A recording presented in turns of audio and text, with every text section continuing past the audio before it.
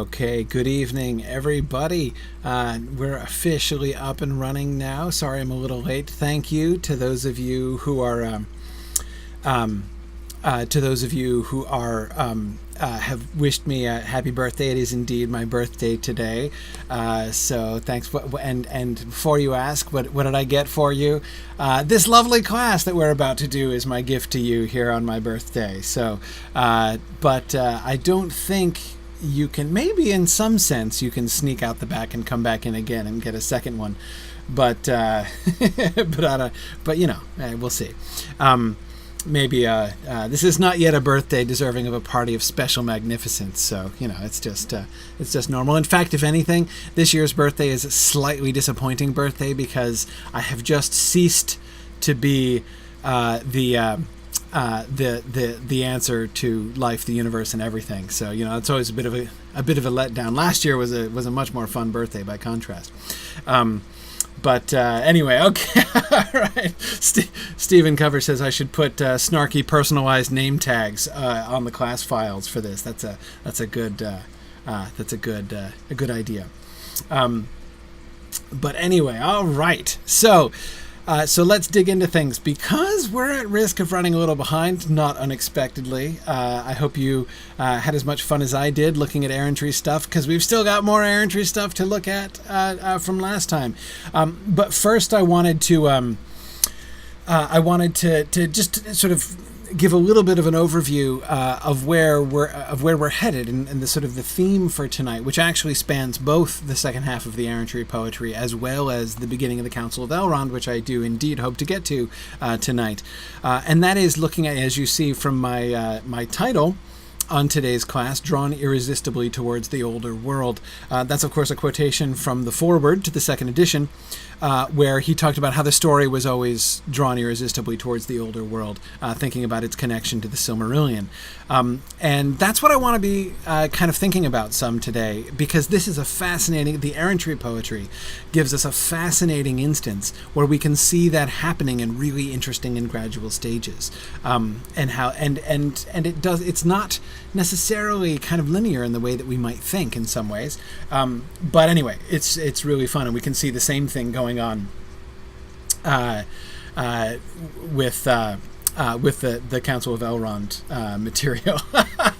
Sorry, Matthew Hirschenroder was just saying, doing more errantry. He says, now who's sneaking out the back and coming in again? It's true. I'm double dipping with errantry stuff for my birthday. Anyway, yeah, cool. So first, just a brief recollection, right? Last Tolkien book we did, when we did The Return of the Shadow some months ago.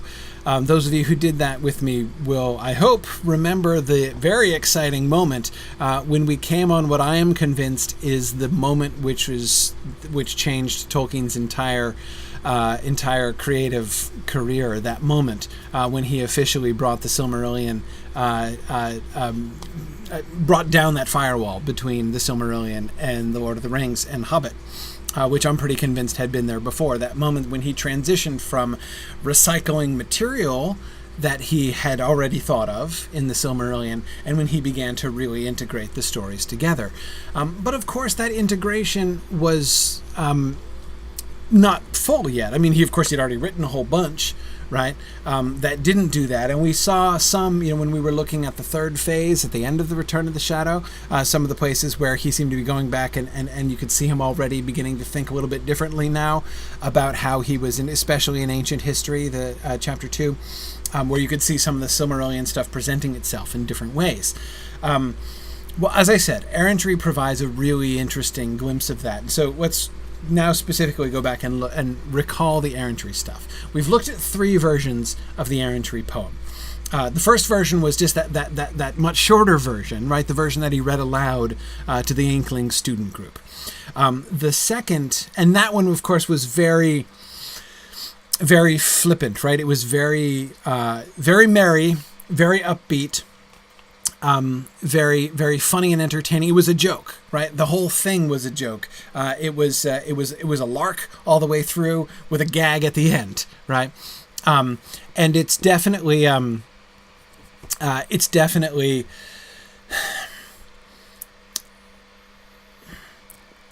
It's definitely a fairy poem, even though it's light and flippant, right? And so it doesn't seem to have that sort of quality of longing and even sorrow that we will often associate with Tolkien's depiction of fairies and fairy in general. But this was a little diminutive fairy having a lot of fun fighting bugs and wooing bugs and generally interacting in comedic ways with other diminutive creatures. The published version from 1933 of Errantry that we then looked at next was basically in the same mold. We had fundamentally the same story, right, of our little fairy dude who was still wooing butterflies and fighting insects and going around and generally sort of having a lark. But it was different, right? We were noting in that second version how there was more sorrow, there was more seriousness. You know, the effort of his journey, right? His loneliness and his sorrowing and things like that were much more present. It was not just a lark all the way through from one end to the next. So that was one really interesting thing that we saw shifting from the very first concept to the published version, but still fundamentally it was still the same story. Then he decides that he's going to give this poem, essentially a version of this poem, to Bilbo in Rivendell. And so that brought us to the first Rivendell version, which is the one that we ended with last time. And you will recall that is a remarkably different poem. Many parallels, right? You can still see the same, in a sense, the same basic outline, right? The same basic concept. Of course, there's elements of the concept that are quite different, but outline. Let's say outline, right? Very similar outline. Dude gets into boat at the beginning, right? Goes off sailing, has many adventures, crosses into fairy terrain, right? He passes the isles where yellow grow the marigolds, right, and all that stuff, and then he's equipped in armor and he learns sigildry and stuff, and he and then he's sent off and he goes and he fights things. Arachnids, right? Arachnids are fought again, and then at the end he finds that he goes to return home at the end and finds that his errand is incomplete, and he has to keep he can't return home. He has to continue his errand. That outline is the same, right? So in that sense, it's the same poem, and of course in structure and a lot of the language, it's the same poem. But the fundamental concept of the poem has deeply changed between the published version and the third version. And the primary change is that the protagonist is no longer a little dude anymore. He's no longer a diminutive fairy who fights little insects. Although he does fight an arachnid, it's Ungoliant that he fought, right? Not just Attercops, as the original guy did. So we've gone from whimsical little fairy with traces of sorrow and melancholy to genuinely tragic mortal protagonist who finds himself not of his own volition, right? Who falls asleep in his boat and wakes up in fairy, having sailed beyond the moon, and he doesn't just wake up he still goes, past the isles where yellow grow the marigold, but when he does, he finds himself not where there are heaps of fairy gold, but where he finds himself in Valinor, right? He finds himself by Tirion, and we start getting these actual names and places from the Legendarium worked in. And then, of course, he and his boat are both, he undergoes this apotheosis. He's not just arming himself in order to go fight bugs, right? He is armed now by the elves in panoply of elven kings, and his boat is transformed and made into a flying boat, and diamonds are set on the mast, and it's shiny. No Silmarils involved, but shininess and gems. And he's set to fly in the sky, and off he goes. Into fighting Ungoliant, right? He goes into Evernight and kills Ungoliant, and then goes into Evernoon and has this remarkable encounter where he sees the tree of lightning and his face is radiant with 11 light, right, with the light of lightning. And and then he wants to go home, and he flies back over Fairy, or he comes back over Valinor, and he goes back to mortal lands and finds that he can't return, right? He can't ever go home again, and so he's doomed to stay. A mighty doom is on him laid. That phrase, mighty doom, did not feature in the original errantry, right? Although the original errantry guy, the original Merry Messenger, was mighty in his way at times, right, in his scale, he never had a mighty doom laid upon him at all. But a mighty doom was laid upon him when his ship was made to fly originally. And then we find the consequences of that, right? That a mighty doom has been laid on him. He can't return, and he's doomed to continue flying the firmament forever in sight of, but never able to return to mortal lands. So when he's there, and he's the Flammifer of Westerness, at the end, the last line is already there. He is a tragic figure, because he's a mortal who's been taken, not by his own will, to Fairy, transformed there, and now he can never come back, right? So in other words, it's now a fairy. It was a story about a little fairy. Now it's become a fairy story in something which is much more like the way that Tolkien talks about fairy stories in his famous essay. Tony asks, is it right to hear echoes of the death of St. Brendan in this version? Absolutely. St. Brendan is one of the Imram of St. Brendan. And of course, Tolkien has written a long poetic version called Imram of St. Brendan's voyage, which bears some really interesting similarities, actually, to the Rivendell version of this poem, especially sort of the visions that he receives. Anyway, on St. Brendan, that is, on his voyage. Very much. That's one of the models. Josh, he wrote Imram after this. Absolutely. Yeah. But my point is just that, yes, it's perfectly appropriate to be thinking about those two together. St. Brendan is one of the models of this whole kind of a fairy story. So, okay. I want to come back to, I'm not going to talk about it right now, but I want to come back to the question of what does this have to do with Bilbo? Because it's connected, right? He is making this poem into a song that Bilbo can sing in Rivendell. Okay, that's the context of this poem. And I think it's especially interesting and important because, remember, he's taking a different approach here. We've seen him fit his previous poetry into The Lord of the Rings before, right? Most notably in The Prancing Pony, right? So Frodo's going to sing a song at The Prancing Pony. So what does he do? He's got a bunch of poetry, right, that he really likes, that he wants to work in. So he initially gives him one poem, and then he decides that that's not totally suitable, right? The poem, of course, he originally gives him is the Troll Song, what's going to become Sam's Troll Song eventually. And we finally saw, I think it was in the fourth phase text, right, that the Troll Song finally made its appearance in the place, in its proper place in the Trollshaws when they meet the stone trolls. So Frodo originally is going to sing the Root of the Boot. Tolkien decides no, and he decides fairly quickly, no, we're not going to do that. So what does he do instead?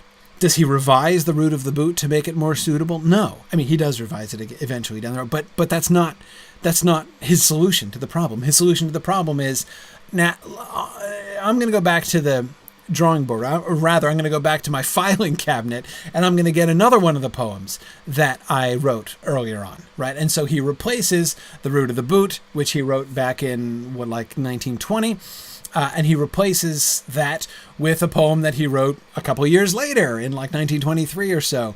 The Man in the Moon, the Man in the Moon stayed up too late. There were two Man in the Moon poems that he wrote. The Man in the Moon came down too soon, and the Man in the Moon stayed up too late. It's the Man in the Moon stayed up too late that he ends up putting in, and of course that becomes the poem that we all know, the Man in the Moon poem that Frodo sings in The Prancing Pony. Here, he doesn't do that. right? His first impulse is to say, errantry, wouldn't that be fun, right? And it's not surprising.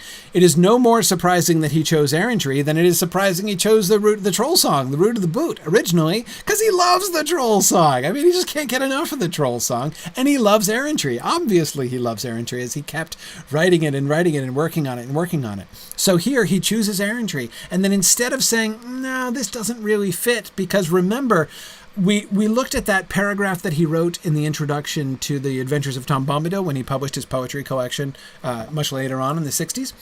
And we talked about, so remember the sort of fictional Shire frame that he tries to put all the poems in? So he talks about the errantry poem being a poem written by Bilbo, and that he wrote another poem, Eärendil was a mariner, right, which was on the same model, and it was kind of strange that Bilbo, connected those two things. But this is a Bilbo poem, so we remember that, right? How he had contextualized that with from Bilbo's point of view, but of course we know that's not the actual history of the thing, right? He didn't just write a second poem in the same mode. That poem, he chose that poem and then developed it. But of course, as he explained in that paragraph of context within the frame, he called it unsuitable, right? It's not really appropriate for Bilbo to sing in Rivendell. That weird little elf. I mean, are you going to seriously sit in the house of Elrond half-elven and sing a song about elves being little fairies marrying butterflies and fighting dragonflies? No, I don't think you are, right? That would be, that goes beyond cheek, really, to do something like that. Nancy thinks it would be hilarious, and I agree.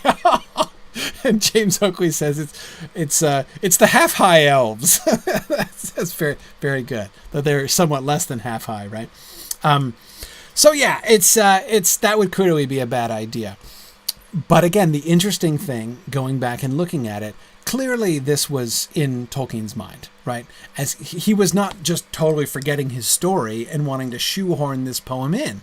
He wanted to make it fit with this, to make it suit the story and the character and the situation, right? So what do we see? The first transition that we see from the published errantry to the first Rivendell poem is this complete paradigm shift, right? And it now becomes a mortal fairy story. Now, I want to come back and think about this a little bit more at the end, after we look at the other versions of the poem. I want to continue tracing the growth of the poem and see how we find that developing as it comes through the final draft. And then I want to return to this question. How does it fit with the story? Why Bilbo? Why Rivendell? We see him being very interested in that.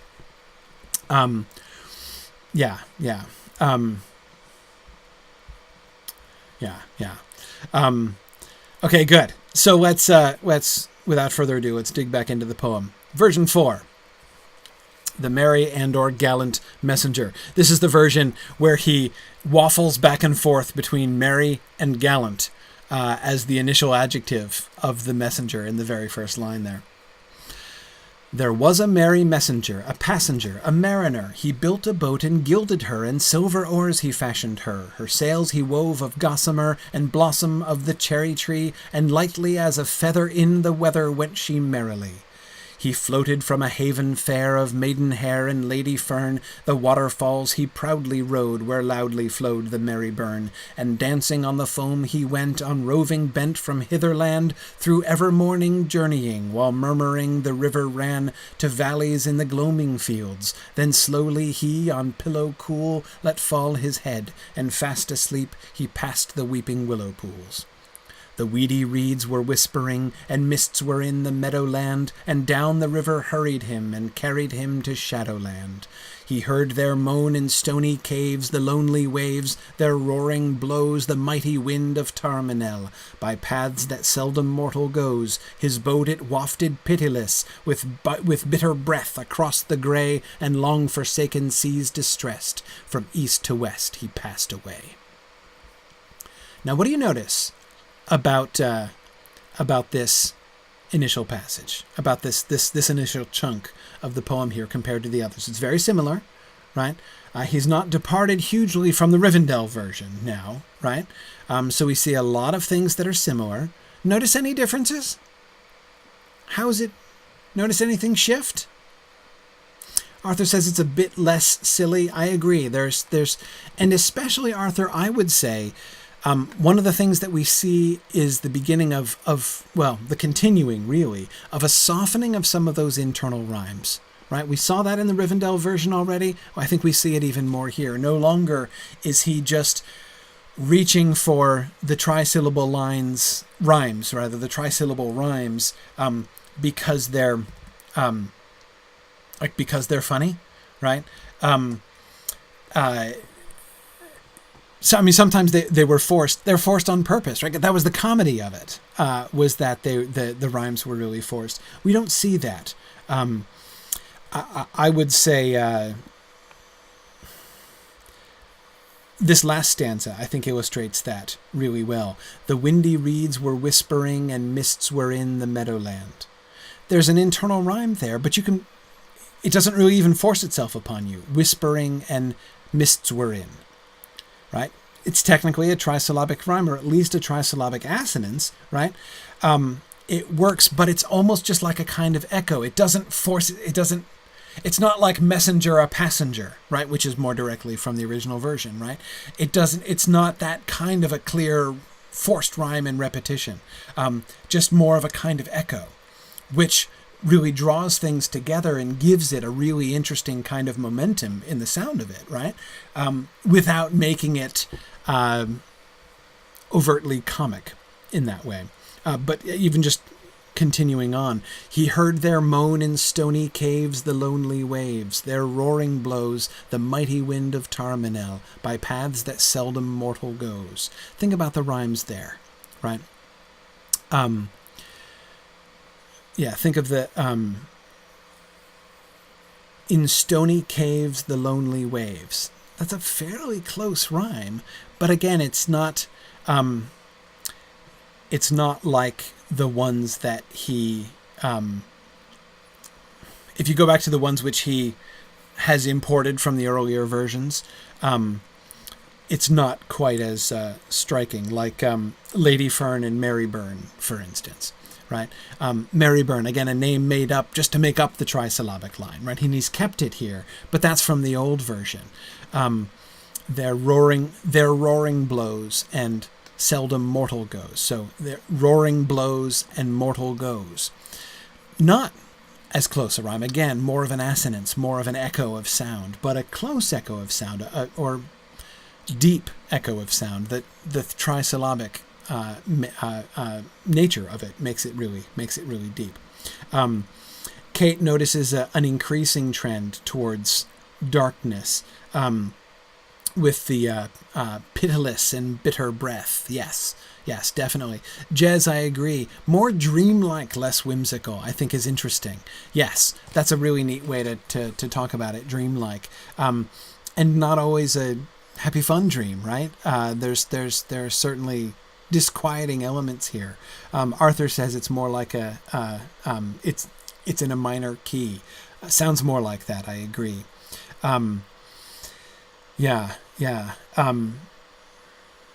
Good. Joyce is noticing not only pitiless and bitter, but thinking of the connection with moan there too. Notice what's changed in the plot there, right at that moment that you guys are focused on in that third stanza there. There's the only major shift to the plot that we've seen here. No, I agree. I'm forgetting whether it was Mary or Cecilia who said this. The presence of the cherry tree blossoms at the beginning still does. The question was, doesn't that suggest that he's still diminutive, right? If he's using blossoms of the cherry tree for a sail. See, it's less clear to me, mostly because he's using the cherry tree blossoms as a material from which he weaves the sails for his ship, right? Her sails he wove of gossamer and blossom of the cherry tree, right? So he's using gossamer and cherry tree blossoms, and he's weaving them together to make the sails. It's not like he's using a cherry blossom as the sail or something. He's not that small. It certainly makes the sail weaving into a magical process, right? This is not just a textile issue at this point, right? Yeah, but anyway,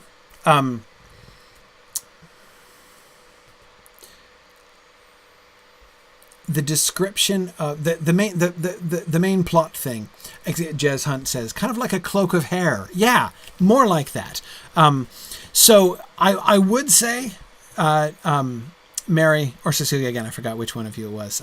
Your thing flashed across my screen and is gone now. But it does give it more of a fairy element, I would say, in that it's more magical, as Jez points out. It puts it more into the category of, like Luthien weaving a magical cloak out of her hair, which is explicitly her casting a spell, right?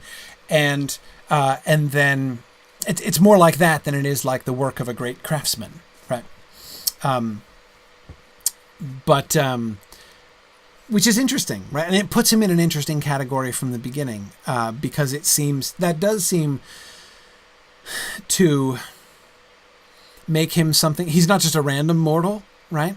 Those lines, his boat's pretty special, right? So he's not just like a random fisherman caught out at sea. But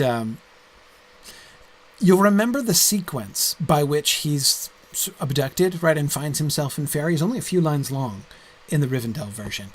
He falls asleep, and then a wind comes up and wafts him beyond the moon, and it's gone in like 4 lines. This whole stanza, he's fallen asleep up here.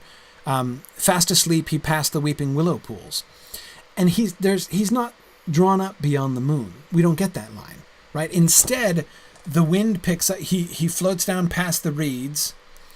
And Shadowland is now a place that he goes in his sleep, right? Shadowland was a place that he passed through while awake before. Now it's a place that he goes when he's asleep.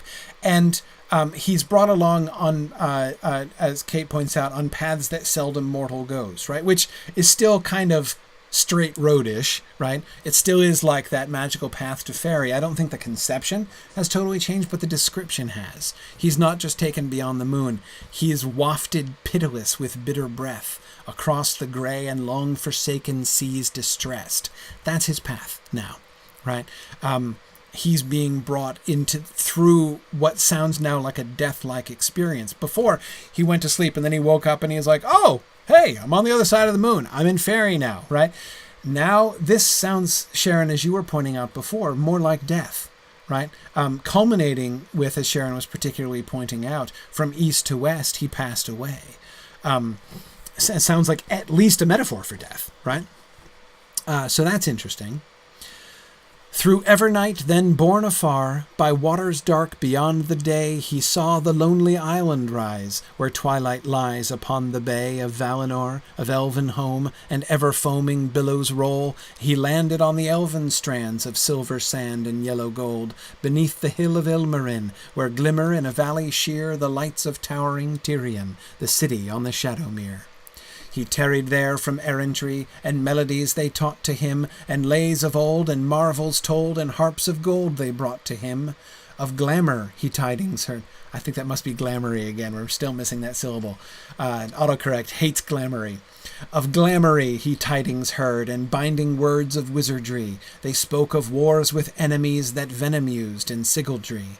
In panoply of ancient kings, in silver rings they armoured him. His shield they writ with elven runes that never wound did harm to him. His bow was made of dragon horn, his arrows shorn of ebony. Of mithril was his habergeon, his scabbard of chalcedony. His sword of steel was valiant, of adamant his helm was wrought, an argent wing of swan his crest, upon his breast an emerald. Okay. What do you notice? Yeah, Kate points out that the whole trip is very serious, despite him starting off as merry, right? But Kate, remember, we're waffling between merry and gallant there, which becomes really interesting in the context, right? If we start off with, instead of him being merry, him being gallant, we have him undergoing serious hardships, but we're told at the beginning that he could take it, right? Because he's gallant. Yeah.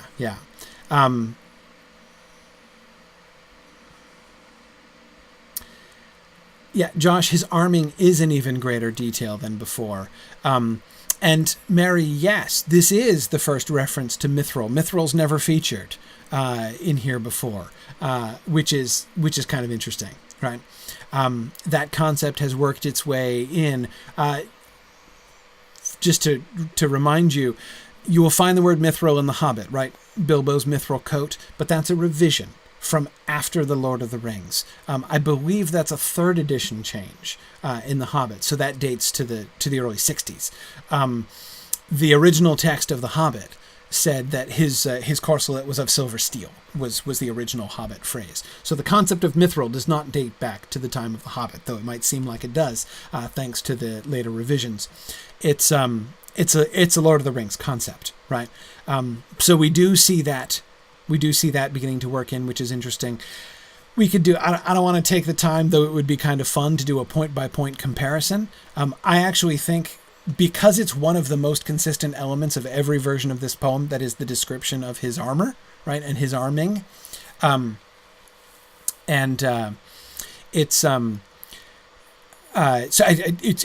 would be really fascinating to do a really close comparison of how he's dressed. And when you see that some of the elements kind of float around. There's always an emerald involved, but the emerald is different stuff. In one version, his helmet is made of emerald. In another version, it's his sword that's made of emerald. Now there's an emerald upon his breast, right? I would say this is more human, right? He sounds more like a regular, though awesome, warrior in this version. Now, Josh, that's a good question. Josh is asking, is this the first mention of Mithril, period? Yeah, studying all these things, going through, it's one of the things about going through the history of Middle-earth. I can't remember. I think Mithril was referred to. Somebody go look it up in the Return of the Shadow. Go look in the index of the Return of the Shadow and see if Mithril is there. Because I think it came up in the first trip to Moria, in the Ringo South parts, in the last few chapters, I think.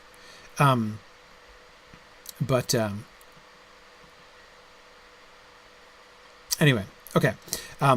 Yeah, Tomas, we are absolutely evolving into a more epic tone. There's nothing cute at all about this description of his armor, right? It's been getting less cute for a while, but this is certainly the least cute version of it. And another element, and this is fairly obscure, can anybody tell me the significance of what else is on his breast? Right, he's got the green stone on his breast, which, by the way, Sarah, I think this is the first instance of a green stone on somebody's breast. I think it originates here. It's not a reference to, so don't be thinking of the Elfstone, because I don't think it exists yet. Because as I recall, the stuff about the Elessar, the Elfstone, is all later stuff. He's got the swan's wing. Why is that important? What's interesting about the fact that this dude gets a swan's wing on his breast? Yes, that was the symbol of the House of Tuor. Tuor's symbol was a swan's wing from the time when he saw the swans and followed them to the sea in his journey. This is an explicit Gondolin reference. We have Eärendil, right? Now, remember, he was already Eärendil-ish last time, right? But the number one thing, no. The only thing that was certifiably Eärendil-ish about him, specific detail that was clearly Eärendil-ish, was his destruction of Ungoliant, right? As that was listed among the things that he, Eärendil, was scheduled to do if Tolkien had ever gotten around to writing the story of Eärendil, which he never did. So we know that, but that's loose. right? Again, that was on the list of many adventures that he was supposed to go on, and that was in flux, right? That was brainstorming. So it shows that we're kind of in the zip code of Eärendil, right? We're think he's clearly associated with Eärendil in Tolkien's mind to some extent, but it's not an identification. Now he's wearing the badge of the House of Tuor, right? And that is something that is in the text that he did write, right? The story of the fall of Gondolin in Unfinished Tales is one of the earliest the earliest, I think, as I recall, of the not Unfinished Tales, of the Lost Tales, right, from the Book of Lost Tales. So he did write the Fall of Gondolin in full, and it's the only full version of the Fall of Gondolin he ever wrote. He never rewrote it in full. So here we have a much clearer version. We've gone from he performed a heroic act, which also Eärendil was in various brainstorming lists associated with doing, to now he's wearing the symbol of Eärendil's house, right, of Tuor's house. Yeah. Okay. Sharon says that Ithril is thrown out as an idea, but not Mithril. It's not. So the concept was there, but he wasn't. He hadn't finalized it yet. Okay. But of course, we have to remember Christopher Tolkien is a little unclear. I think he's a little uncertain about the dates of this poem.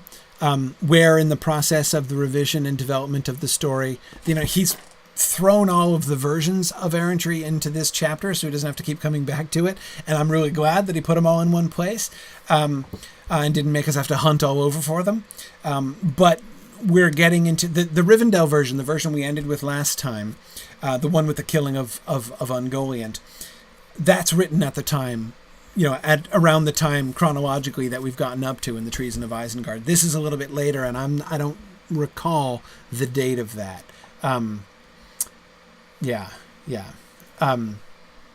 Okay, so the Mithril idea clearly developing around this time, but we can't be sure that this is the first reference to it. But it's still certainly very early in any case. Okay, but mostly the plot is the same. He arrives in Valinor, and he is armed, and he is taught, right? He's taught about enemies, and he hears binding words of wizardry and all this stuff. Sigildry. What is Sigildry? Sigildry is like magic worked with runes, basically, but it's a word which Tolkien is the first person to use in more than 500 years, basically. It's not attested in English between the 14th... I think it's the early 14th century and when Tolkien uses it. Yeah, exactly, Josh. Lotro rune keepers are basically practicing Sigildry. And Josh, I wish they called it that. I really do. I suppose that word would probably not go over all that well, but yeah.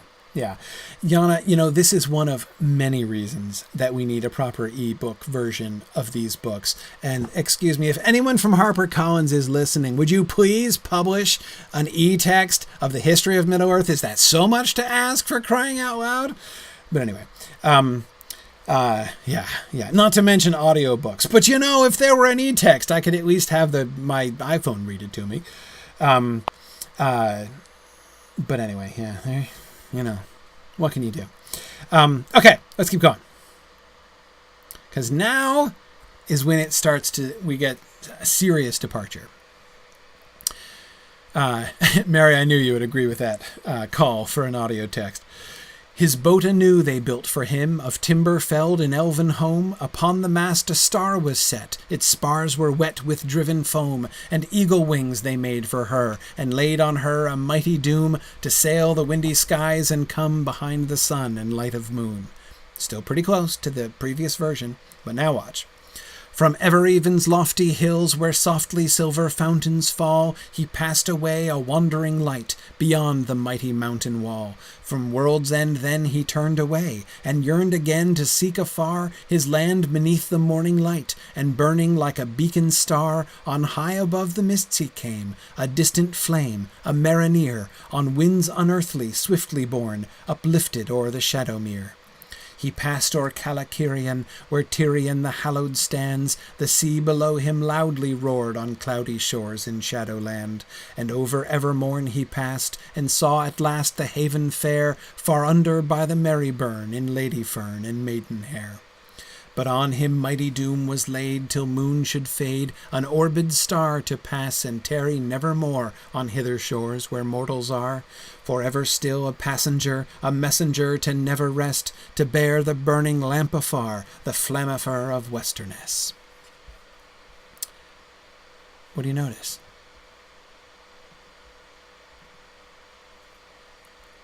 What do you notice?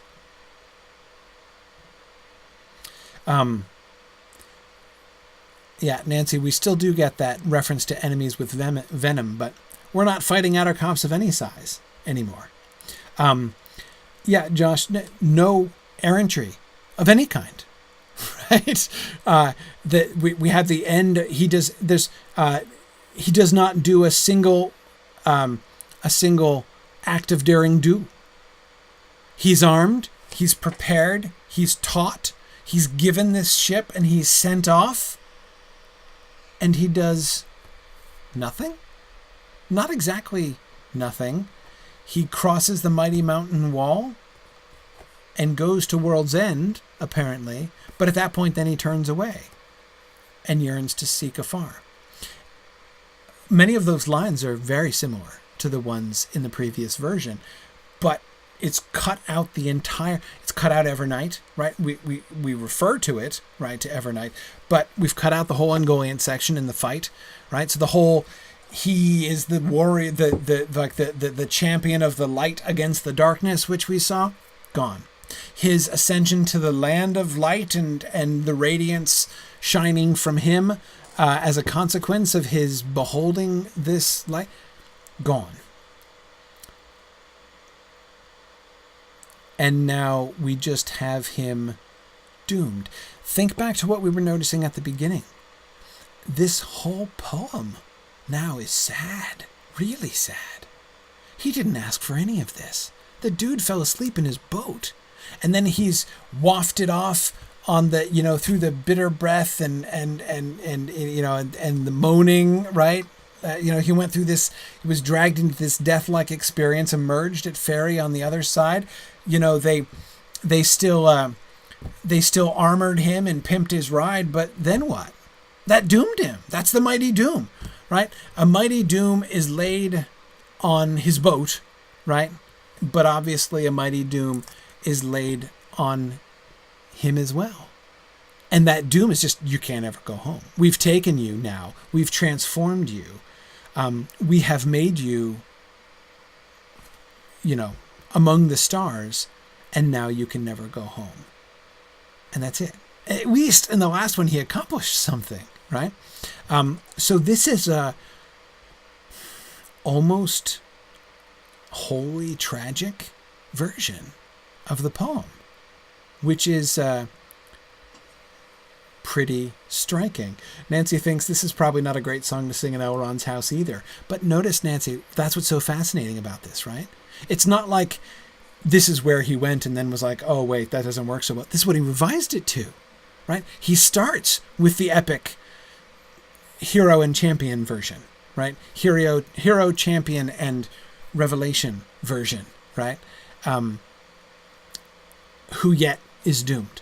But at least the guy in the previous poem, the mariner in the previous version, and remember, he's only a mariner in that version. He's not called a mariner in the previous versions, as Sharon was pointing out last time. The mariner of the Rivendell version had a good run, right? I mean, there's a sense in which you could say, okay, there's a cost, right? He accomplishes this great thing, but there's a cost to it. In fact, the pattern is interestingly familiar, right? That in order for great good to be done, in order for evil to be vanquished, there has to be sacrifice, right? Someone has to give, in order for things to be saved, someone has to give them up, right? And that seems to be kind of what was happening there. And so it's still, the tragedy at the end of the Rivendell version is, the first Rivendell version is still clear, but but it's, it comes at the sort of the triumphant ending, right?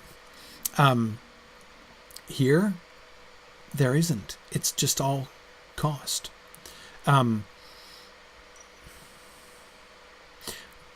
Why? Why this shift? How does that make sense? And Lynn, I don't know the difference between a mariner and a mariner, apart from the fact that one rhymes with Shadowmere and the other one doesn't. My suspicion, Lynn, is that there are like variant versions and that Tolkien is feeling free to choose between as he likes. But I don't recall ever encountering the word mariner with two E's in anywhere outside of this poem. Like, this set of poems, like, the whole errantry suite here. I don't ever remember seeing that anywhere in English. Maybe it exists. If you've got an OED around, look it up. See if there are any other attested instances of mariner. But I don't know of any. See.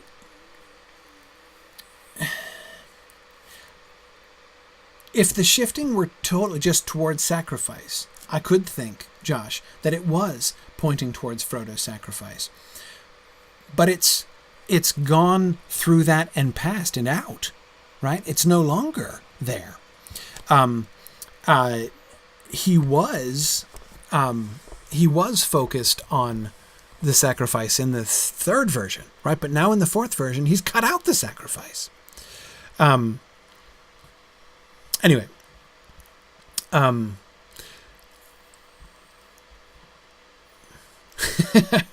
interesting. Jana says that mariner is very close to the Dutch word, if that helps. It might, Jana. I mean, I'm no philologist, but obviously Tolkien was, right? So maybe the fact that it's similar to the word in Dutch suggests that my theory is right? That he's that the word mariner, that there's one thing I'm sure of, Lynn.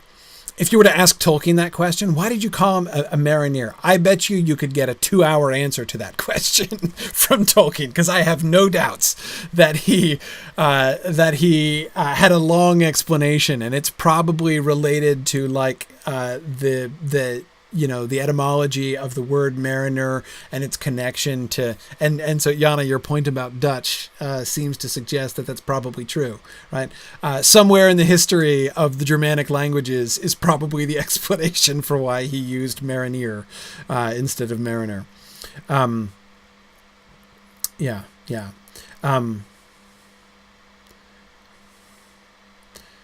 Good.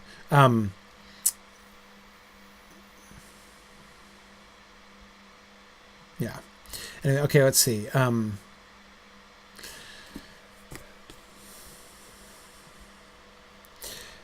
So Sharon, thinking about my why question, right? Why does he shift from the epic hero version, right, to the purely tragic version? Sharon is suggesting maybe it was, too cool and exciting for the story and would sort of, distract from the story at hand. The bridesmaid can't outshine the bride. Maybe. Well, here's one thought that I have. The thing that I keep coming back to, believe it or not, is the swan's wing on his breast. It seems like a small point, but it's very suggestive to me. And what it suggests is that this guy, and therefore this poem and this story, lives in the world. He's not named. Eärendil does not appear, right? His name does not appear, and no element of his story appears, right? This is not obviously the story of Eärendil. The long, huge tale of Eärendil was never told, but we do at least know the outline, right? We do know about the settlement in the Bay of Balar and his voyages and his going to Valinor and his and in some versions his attempt to convey the message to the imploring the mercy of the Valar. We always know that stuff, right? He had a wife, right? The Silmaril was involved. There's no Silmaril here. There's a star, but it's not a Silmaril, right? So this is still not clearly Eärendil's story, and yet we have come a very clear step towards plainly identifying the Marinir with Eärendil, right? Placing him within that actual story. Again, thinking about the pattern that I was talking about at the very beginning, that shift that he is in the midst of undergoing in the context of the Lord of the Rings, that shift from I'm recycling concepts from the Silmarillion to I am integrating the Silmarillion with the story that I'm telling. And that the swan's wing on his breast seems to me a really interesting point. In the previous version, we're recycling Eärendil. It's not Eärendil. And you can tell, remember I was complimenting Christopher Tolkien on not attempting to, like in Evernoon with the lightning tree and everything else. Remember last time I was saying, do I think that this fits within, like, if we go back to the Silmarillion, is this something? No, it's not from the Silmarillion. That person is not in the Silmarillion. The flaming fountain and the lightning tree, there is nothing like that. It is not the tree. It is not Laurelin and Telperion. It's absolutely not. It's just different. It's something totally outside. There is no Evernoon like that in the Silmarillion world. And so I think that story, the first Rivendell version of this, is not in the Silmarillion world. It's recycling, right? It's using the concept, specifically that particular adventure of Eärendil's when he was going to go kill Ungoliant. It's recycling Ungoliant. It's got Valinor in there, right? But it's still not really native to that world. Now, swan's wing on his breast, right? Now he is of the House of Tuor. He's wearing the House of Tuor on his chest, right? The symbol of the House of Tuor. So, what happens? What's the other major difference? He cuts out all the stuff that doesn't fit, right? Evernight and Evernoon, which neither one of them really has a place within the developed Silmarillion mythos. They're gone, right? There's nothing that he refers to in this poem that can't be made to fit, right? It still doesn't obviously correspond, with no references to Gondolin, no clear references to the Bay of Balar, right? Elwing isn't there. There's lots of things in the story that aren't here, but there's no longer anything here that isn't there, if you see what I mean, right? And if you can think of an example that I have missed, let me know, but I don't think there's anything here. He's cut out all that other stuff. Yeah. And Jennifer points out that the move towards tragedy does move it more towards the tone of the Eärendil story, which is bittersweet at best, especially in the versions where Elwing is dead or lost. Yes, do remember, and thanks, Jennifer, for the reminder there, the story of Eärendil, which was very much in flux, what he was doing, that he went and sailed to Valinor, that he had that sort of Imram voyage into the West, was one of the core elements of his story from the beginning. But whether his story was happy or sad, there are versions of that in the Book of Lost Tales notes where he is not even conveying the message, where he doesn't accomplish anything, and where he never is reunited with it, where he spends the rest of his days hopelessly searching for Elwing and never finding her. So certainly that element of tragedy is certainly part of it, associated at least with the Eärendil story. Yeah, Sarah, good. Sarah Lagarde says the earlier version, the Rivendell version, sounded more like the imagery Tolkien will use in the fairy as described in Smith of Wootton Major. Yes, I think he's recycling some of that stuff in Smith there, actually. Yeah. Okay, so if I had to describe the progress from the third version to the fourth version, I think it's that. I think that it's the same outline, same general story, and yet it's now being brought into alignment. The next step moves it a step further. Finally, we ditch we avoid the question of whether or not he's gallant or merry, right? And we just name him in the first line. Eärendil was a mariner that tarried in Arvernian. He built a boat of timber felled in Nimbrathel to journey in. Her sails he wove of silver fair, of silver were her lanterns made. Her prow he fashioned like a swan, and light upon her banners laid. Beneath the moon and under star he wandered far from northern strands, bewildered on enchanted ways beyond the days of mortal lands. From gnashing of the narrow ice where shadow lies on frozen hills, from nether heat and burning waste he turned in haste, and roving still on starless waters far astray, at last he came to night of naught, and passed, and never sight he saw of shining shore, nor light he sought. The winds of wrath came driving him, and blindly in the foam he fled, from west to east, and errandless, unheralded he homeward sped. As bird then Elwing came to him, and flame was in her carcanet, more bright than light of diamond was fair that on her heart was set. The Silmaril she bound on him, and crowned him with a living light, and dauntless then with burning brow he turned his prow, and in the night from other world beyond the sea there strong and free a storm arose, a wind of power in Tarmanel, by paths that seldom mortal goes, his boat it bore with mighty breath, as driving death across the grey and long forsaken seas distressed, from east to west he passed away. All right, what do you notice? What do you notice? Okay, clearly, right, we now have the full integration of the Eärendil story. We've named him in the first, and it's not just the name, right? We have Elwing, right? Elwing and the Silmaril, and his quest, right? He is deliberately setting out and trying to get into the West. So that general shape of mortal mariner, right, who falls asleep and ends up in fairy, like, you know, that progress, exactly, Mary, his journey is no longer an involuntary one. That's a huge shift, right? Huge shift. He's now setting out and trying and failing to get into the West, to try to get into fairy. And yes, we're getting very close to the published text now, Josh, as you say. And yes, Stephen, the internal rhymes do continue to, well, weaken is a fair description. I prefer to say soften, because I like them even better now. And they're still just as deliberate, and I think just as powerful. They just are different.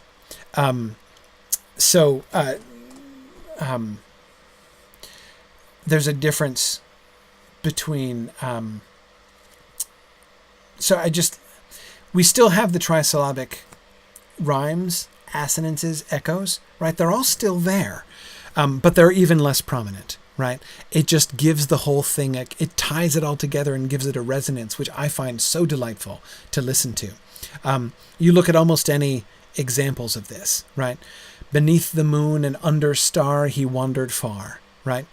Under star he wandered far. It's close, but it doesn't clank at you, right? It doesn't punch you in the face with the comic. This is not, we're no longer trying to find a rhyme for porringer here at all, right? It's continuing the progression that we've seen of softening those. And yet, the play, not word play, like it's like phoneme play, right, that he does, is still really, really rich. With burning brow, he turned his prow.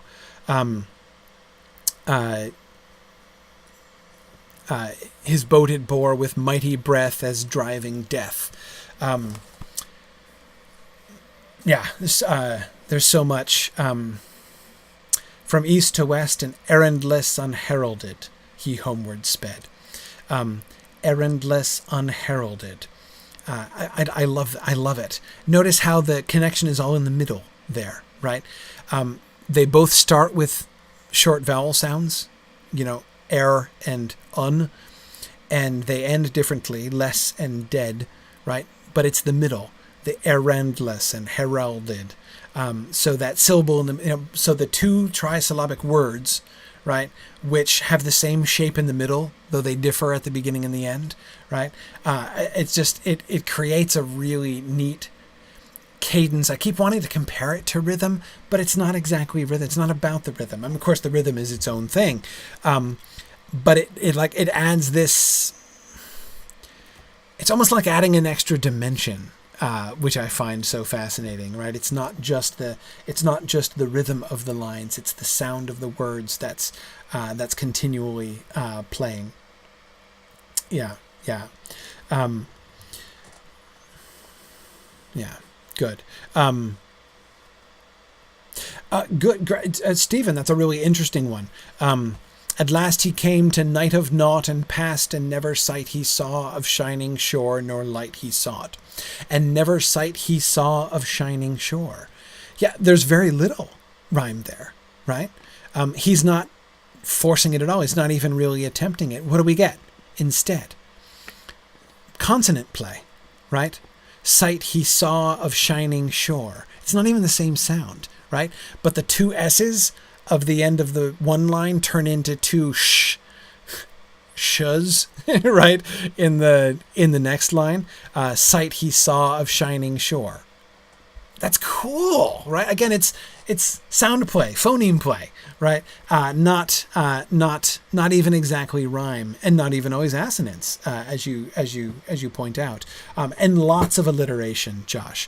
I think it would be interesting. I haven't spent enough time asking this question and going through, but it would be interesting to see. I wonder if there's more alliteration in these later versions of the poem than there was in the original version. My guess would be yes, but I'm not sure. Yeah. Anyway. Okay. What else do we see here? We still have him borne by a wind. How does he get to Fairy? He's still borne by a wind, right? A wind of power in Tarmanel, right, bears him by paths that seldom mortal goes. That's still the same, right? And his boat it bore with mighty breath as driving death. It still happens, right? But again, it's so important that this is no longer involuntary, right? This is him finally succeeding. And you know that word, when thinking about the history of the poem, the word that jumps out to me so much, errandless, right? The whole joke of the early poem is that he had an errand and he forgot it, right? Just in errantry and daring do, he forgot to perform his errand, right? And notice how that whole joke is a pun as well, right? He had an errand and he forgot his errand because he was doing errantry instead, right? It's awesome, right? Earendel has no errand, or when he's returning home, he's returning home errandless and unheralded. So he's not returning home having forgotten his errand. He's returning home having failed in his errand, right? Having abandoned his errand and having been unable to accomplish it. But then he turns around and heads. So you notice that the returning home, errandless in one sense or another, and then having to go back out again, is now implanted near the beginning of this poem, right? Which is really neat. Which is a really neat transformation. Yeah, Sharon, carcanet. This was definitely the place I learned the word carcanet as well. There are several vocabulary words that I gained from this poem, and definitely this is the place where I first encountered a bunch of words, not just words like sigildry, but yeah, carcanet, chalcedony. I had no idea what chalcedony was. I had no idea what a habergeon was, or Habergian, but it's clearly pronounced Habergian. It's clearly trisyllabic, that word, the way that he uses it in this poem. But yes, Josh, I agree. This is explicitly in the new explicitly Silmarillion context. This is now the wind of power in Tarmanel is now definitely the wind of Manwë, right? That is now blowing him to them instead of keeping them away. Let's keep going. Through Evernight, then borne afar by waters dark beyond the day, he saw the lonely island rise where twilight lies upon the bay of Valinor, of elven home, and ever-foaming billows roll. He landed on forbidden strands of silver sand and yellow gold. Beneath the hill of Ilmarin, a glimmer in a valley sheer, the lamps of towering Tirion were mirrored on the Shadowmere. It would be an interesting study just to see the way that the word Shadowmere wanders around in these versions of the poem. He tarried there from errantry, and melodies they taught to him, and lays of old and marvels told, and harps of gold they brought to him. In panoply of ancient kings, in serried rings they armoured him. His shield they writ with elven runes, that never wound did harm to him. His bow was made of dragon horn, his arrows shorn of ebony. Of silver was his habergeon, his scabbard of chalcedony. His sword of steel was valiant, of adamant his helmet tall, an argent flame upon his crest, upon his breast an emerald. His boat anew they built for him, of mithril and of elven glass. The Silmaril was hanging bright as lantern light on slender mast. And eagle wings they made for her, and laid on her a mighty doom, to sail the shoreless skies and come beyond the sun and light of moon. Okay, when he gets there, it's similar, right? Certainly the plot is the same. He arrives, right? Passes the lonely island, arrives in Elvenhome, sees, beneath Tirion, right? He tarries there, he's taught stuff, he's armed, and then they pimp his ride, right? So that stuff all happens just the same as in pretty much both of the last two versions of the poem. But there are some interesting differences. What do you notice about the differences there? Yes, Arthur notices they're teaching him melodies. Yeah, there were some melodies involved before, but he's not being taught about wizardry anymore, and there hasn't been any sigildry either. Yeah. Rachel wants to know why the crest is changed to flame. That's the crest of his helmet, not the heraldic crest. But Rachel, he loses the swan's wing, right? The swan's wing was like the thing which really clearly linked it to the Silmarillion story. Now we're Silmarillion all through, all the time, right? And we've lost the swan's wing, which is interesting to me. Yeah, Josh was just asking that. Yeah, where'd the swan's wing go? Exactly. James, yes, the Naglamir is described as being a carcanet of gold. Absolutely. But that was the second place I encountered the word. This was the first, because I didn't read the Silmarillion until many years after I'd read the Lord of the Rings. Okay. So his crest being changed so the crest of his helmet as a flame is pretty cool, right? Pretty magical. Notice that it's not his armor that's mithril now. The ship is made of mithril and of elven glass, so that his ship is more completely transformed, and the Silmaril is being set on the mast instead of the star. There was just a star put on it before, right? Now it's the Silmaril. Anything else strike you? One word in that first stanza really jumps out at me. Again, it's mostly similar. But one thing that's new, forbidden. He landed on forbidden strands. And there again, it's Silmarillion story. It was, unusual for a mortal to come there before.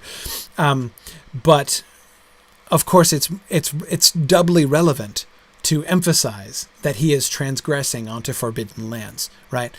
Both because A, it's the story of Eärendil, right? And that's part of it. And B, he was coming of his own will, right? He was enabled by the Silmaril to, when he put the Silmaril on his brow, things changed and the wind came up and brought him over, right? Where it didn't before. But he was trying to transgress. And the Silmaril enabled him to succeed. Whereas before he was just abducted. A little hard to abduct somebody and say, hey, you shouldn't be here, right? Yeah.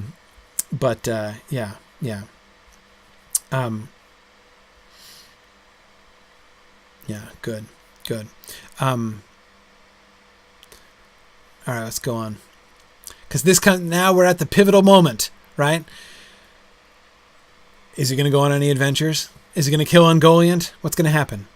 From Evereven's lofty hills where softly silver fountains fall, he rose on high, a wandering light beyond the mighty mountain wall. From World's End then he turned away, and yearned again to seek afar his land beneath the morning light, and burning like a beacon star. On high above the mists he came, a distant flame, a marinere, on winds unearthly, swiftly borne, uplifted o'er the Shadowmere. So, just like the last one, all tragedy, no heroism, right? We're still cutting all the good stuff about Ungoliant and Evernoon, right? So is it the same? Or is there something different? He passed o'er Calakirian, where Tyrion the hallowed stands. The sea below him loudly roared on cloudy shores in Shadowland. And over Middle-earth he passed, and heard at last the weeping sore of women and of elven maids in elder days, in years of yore. But on him mighty doom was laid, till moon should fade, an orbed star to pass, and tarry nevermore on hither shores where mortals are. For ever still on errand, as a herald that shall never rest, to bear his shining lamp afar, the Flammifer of Westerness. What do you notice?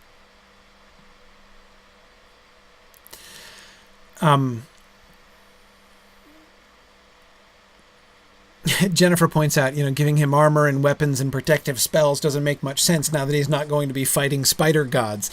Yeah, Jennifer, I agree. The line about that never, the wounds line, right?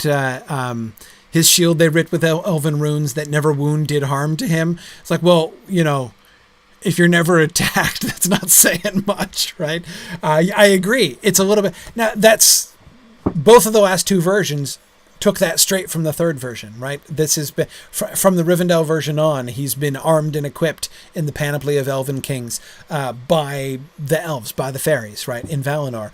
But in the last two versions, since we're not going to go fight Ungoliant anymore, it does seem, well, I won't say pointless, but there is sort of the question, right? Why? Why do it? Other than to make him radiant, right? Again, it's like an apotheosis. He's being made into this godlike creature through the intervention of the elves. For a role, right, in version 3, at a cost. In version 4, it's like, oh, and by the way, didn't we mention, right, that on the one hand we will make you radiant and your boat awesome, and we'll let you, we'll turn you into a flying ship. But, we didn't mention, right, that you can never go home after we do this to you, right? I mean, that's kind of how it worked in the previous version. But what about now? What about now?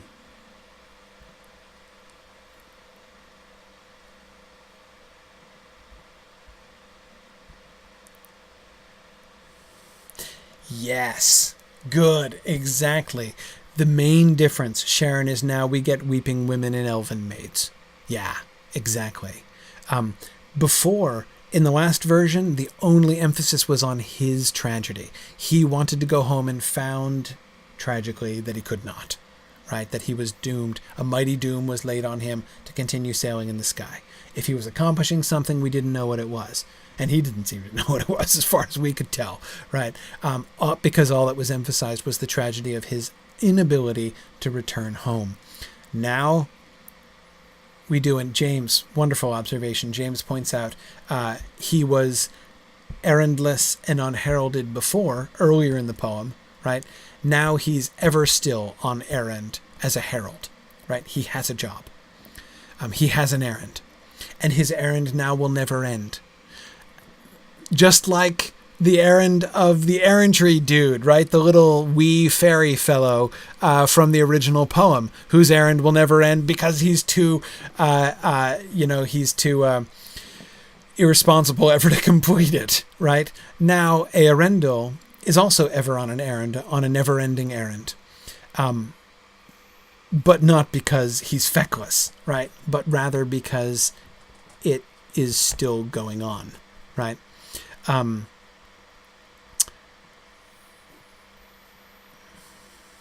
Yeah.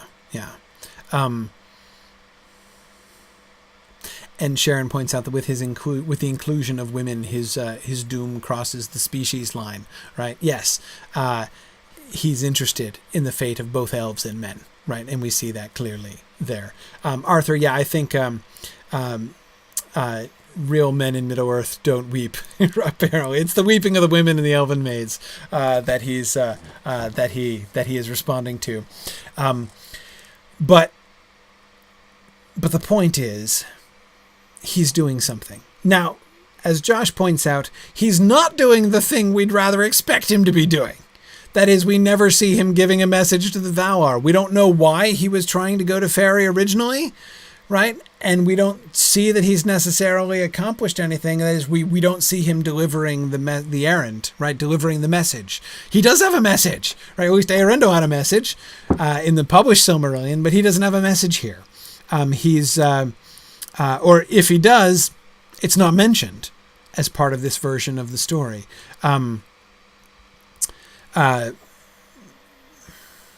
Lynn asks a great question. She says, the phrase "doom was laid" on him, right? And the syntax of that leads Lynn to ask the question, does that mean he had no choice? Well, see, in the last two versions of the poem, he didn't, as far as we could see. Again, he was abducted. Eärendil in this version has not been abducted. He has accomplished what he was trying to do, which is go to Valinor. We don't know why, but he was trying to go there and he accomplished that, right? So he has gotten himself into this. The other guy didn't get himself into it at all, right? So now a mighty doom is laid on him. Does not necessarily, to me, before it's just tragical.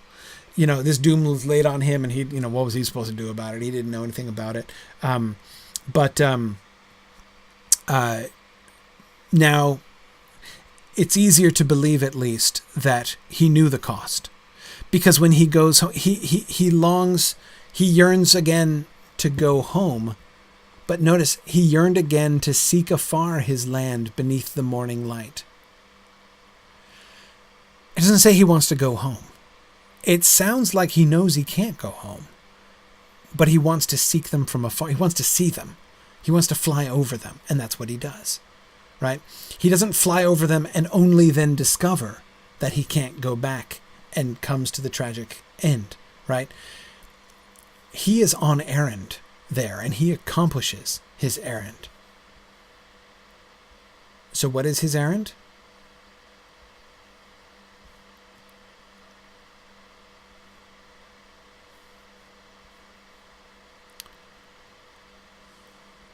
We're not told.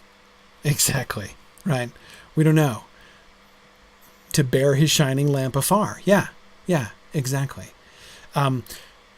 Same as the last guy. But it doesn't sound as tragic this time. Not something that, again, he's doomed to against his will, without his knowledge, right? He signed up for this. And it seems to have something to do with the weeping sore of women and of elven maids, right?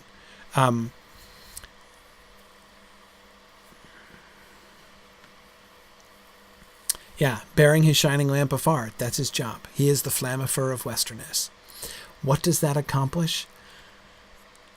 You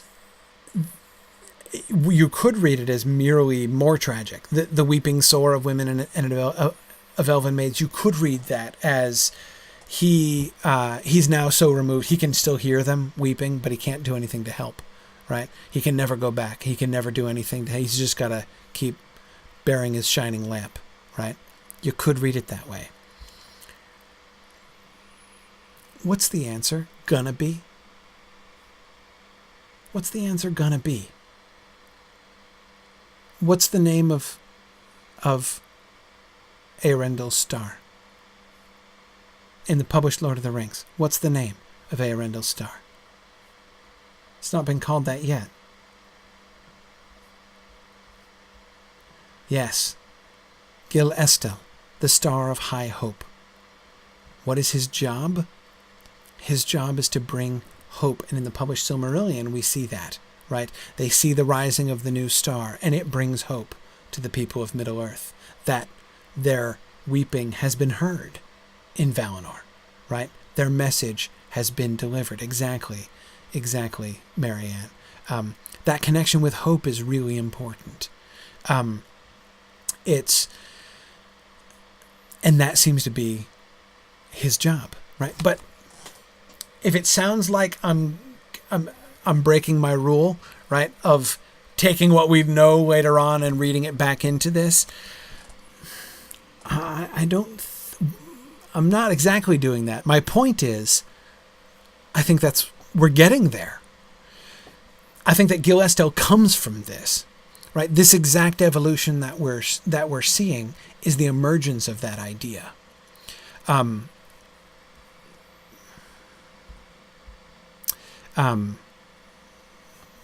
Yeah. Let's keep going. This is the final version. And if you remember Christopher's long explanation, this is the version of the poem that Christopher believes Tolkien meant to publish. This is the full version, the version that went to the printers and is included to this day in the Fellowship of the Ring is not the complete version. And Christopher has the... by the way, gotta just say on an aside, I love it when when you see Christopher's enthusiasm about the whole riddle. Like, it takes... Textual editors are a special breed. You know, not everybody is into that, right? Not everybody takes pleasure in the kinds of things that textual editors take pleasure in. You know, when you're looking at different variants and you can figure out exactly like, okay, no, I'm pretty sure I can piece together what is the provenance of this text and the interrelationship among these. And when he figured out how like, oh no, wait, like at this version of the poem, it split and this version continued in a couple, but he had misplaced this other one, which is then perfected into this other version. But then he misplaced that and sent that one away instead. You can see Christopher Tolkien's excitement about that. Like how, like, just imagine how excited he must have been, you know, sitting there with the day that he finally figured all this out and had the insight as to how this happened. So I love that. That's not me exactly. It's kind of fun. I speak that language, but it's not what I would spend my life doing. But anyway, you know, Josh, I don't know why Christopher hasn't fixed the published Fellowship of the Ring, like why he hasn't put this version in the published Fellowship of the Ring, if he's convinced that his father intended that. The only explanation I would give for that, Josh, or rather the only explanation that suggests itself to me, let me say, is Christopher's really cautious, right? His father sent that other version out to the printers. His theory is that this is the one his father really intended, but it does not shock me that he does not choose to trump his father's action with his own theory, howsoever convinced he is of that theory. Remember, Josh, the comment that he made at the beginning of Volume 1 of the Book of Lost Tales, when how he talked about not including the reference to the fact that Bilbo's translations from the Elvish were supposed to be the Silmarillion, right? And providing that as a little nugget to provide a frame for the Silmarillion, and that he basically chickened out on that because although it seemed really clear that that was what his dad intended, his dad never actually said it, so he didn't want to, like, you know, he didn't want to put himself forward, as Sam would say. That kind of caution is very typical of Christopher from what we've seen. So it doesn't shock, for that reason, it doesn't shock me, but I kind of wish he would. But anyway, here is what Christopher claims, what Christopher believes to be the full, complete version. And Josh, I love this version too. So I'll read, a lot of it is very, very close to the previous version. But again, so we won't go through it, you know, stanza by stanza, but, let's hear the complete version. Earendel was a mariner that tarried in Arvernian. He built a boat of timber felled in Nimbrathil to journey in. Her sails he wove of silver fair, with silver were her banners sewn. Her prow he fashioned like the swans, and white upon the Phallus roam. that white upon the fallows roam. His coat that came his coat that came from ancient kings of chained rings was forged of old. His shining shield all wounds defied, with runes entwined of dwarven gold. His bow was made of dragon horn, his arrows shorn of ebony, of triple steel his habergeon, his scabbard of chalcedony. His sword was like a flame in sheath, with gems was wreathed his helmet tall, an eagle plume upon his crest, upon his breast an emerald. Beneath the moon and under star he wandered far from northern strands, bewildered on enchanted ways beyond the days of mortal lands. From gnashing of the narrow ice where shadow lies on frozen hills, from nether heats and burning waste he turned in haste, and roving still on starless waters far astray, at last he came to night of naught, and passed, and never sight he saw of shining shore nor light he sought.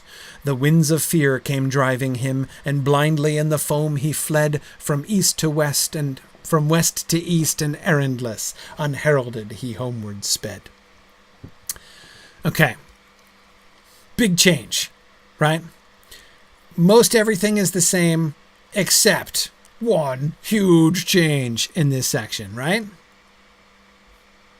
What's different?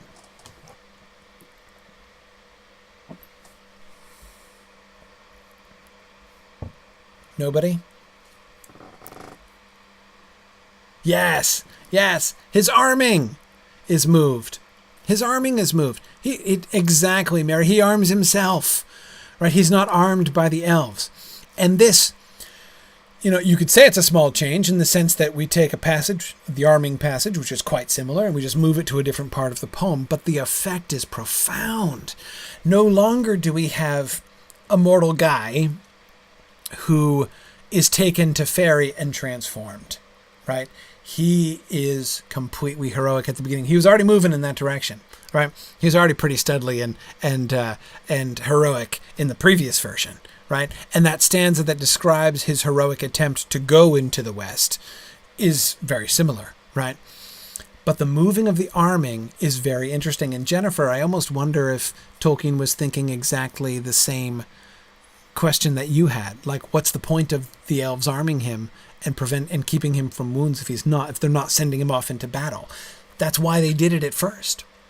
So instead, he now arms himself. It's part of his setting out, and it shows him in context. And so, of course, it's changed because this is no longer fairy armor, right?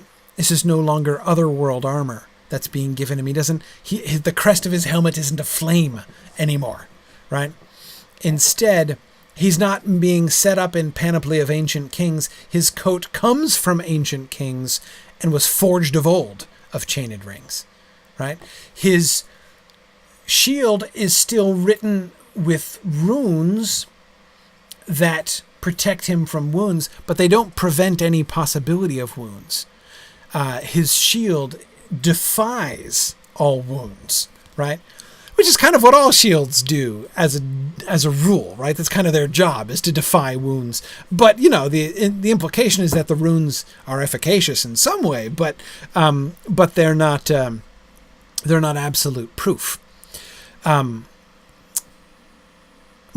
Triple steel, his habergeon. It's very well formed, but it's not magical. You might say his dragonhorn bow is pretty cool, right? That still sounds like it's exactly the same as before.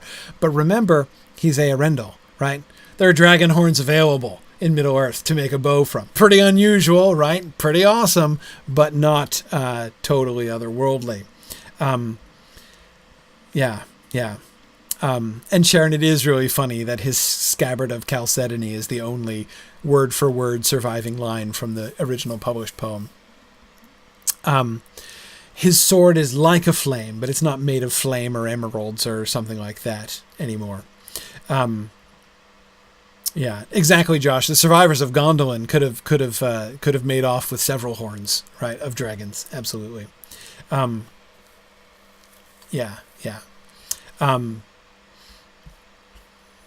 Okay, so we have. He's not being set into combat by the elves. He arms himself. So we have the emphasis on him as hero of Middle-earth, right? Now, remember, we were just unheralded, he homeward sped, right? Errandless, unheralded, he homeward sped. In might the Feanorians that swore the unforgotten oath brought war into Arvernian with burning and with broken troth, and Elwing from her fastness dim then cast her in the waters wide, but like a mew was swiftly borne, uplifted o'er the roaring tide. Through hopeless night she came to him, and flame was in the darkness lit, more bright than light of diamond the fire upon her carcanet. The Silmaril she bound on him, and crowned him with the living light, and dauntless then with burning brow he turned his prow at middle night. Beyond the world, beyond the sea, then strong and free a storm arose, a wind of power in Tarmanel, by path that seldom mortal goes, from Middle-earth on mighty breath as flying wraith across the grey and long-forsaken seas distressed, from east to west he passed away. Through Evernight he back was borne on black and roaring waves that ran o'er leagues unlit and foundered shores that drowned before the days began, until he heard on strands of pearl, where ends the world, the music long, where ever foaming billows roll, and yellow gold and jewels wan. He saw the mountains silent rise, where twilight lies upon the knees of Valinor, and Eldamar beheld afar beyond the seas. A wanderer escaped from night, to haven white he came at last, to Elvenhome, the green and fair, where keen the air, where pale as glass, beneath the hill of Ilmarin, a glimmer in a valley sheer, the lamplit towers of Tirion are mirrored in the Shadowmere.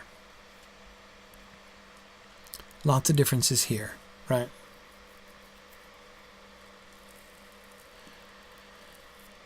More story. Right?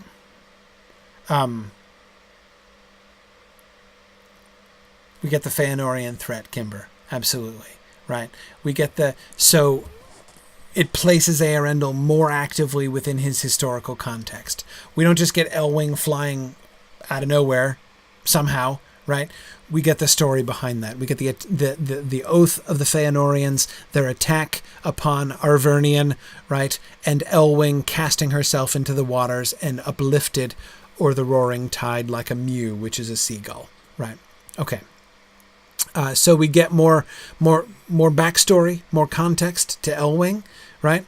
And I love the imagery there. Her fastness dim. The darkness and despair of the war and the burning and the broken troth, and then she's locked in her fastness dim and she casts her in. That is an assonance that I find really powerful. Her fastness dim, then cast her in the waters wide. She's besieged in a dim castle and then goes from there to cast herself into the sea, apparently in despair, right? But then she's uplifted o'er the roaring tide like a mew, and that uplifting, right, through hopeless night. Having been uplifted out of despair, she now goes through the hopeless night. So she now pierces his own hopelessness and his own hopeless situation, which we've just been hearing about. And the darkness is lit by the light of the Silmaril. I just love the way all of that works together. So cool. Yeah, Good Sharon was just focusing on the hopeless night there, too. Yeah, good.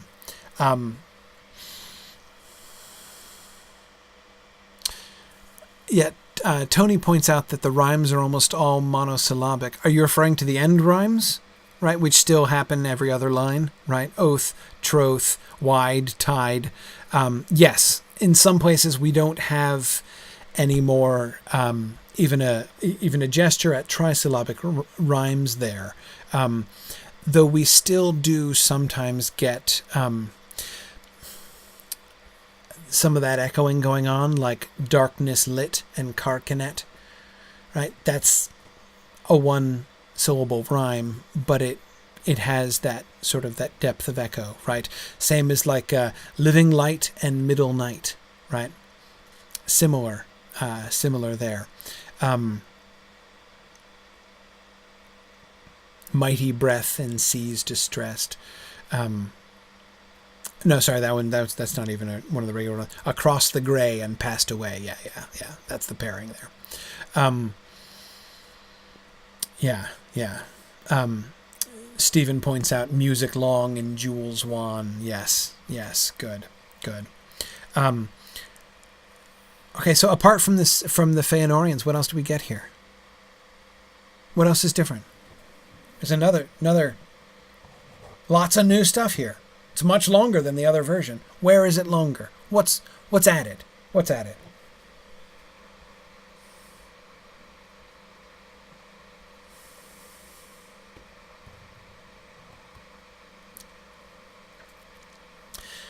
Really great observation, John. Wow. Yeah, John is pointing out that the line, the strands of pearl. The strands of pearl are there and weren't there before, but John has gone further than that and recalled where else we have heard, where he's borrowing that line from. And of course, he's borrowing that line from the Lay of Leithian. The strands of pearl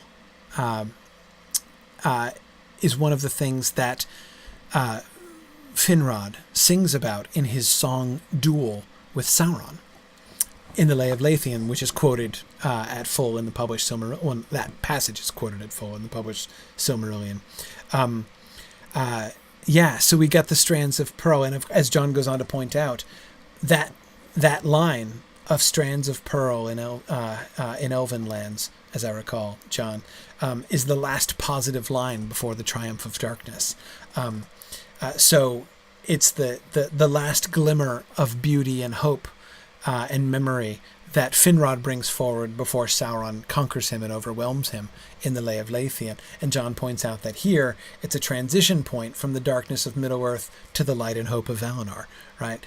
So it's working almost exactly oppositely. That's a fantastic observation, John. Really, really good. Okay.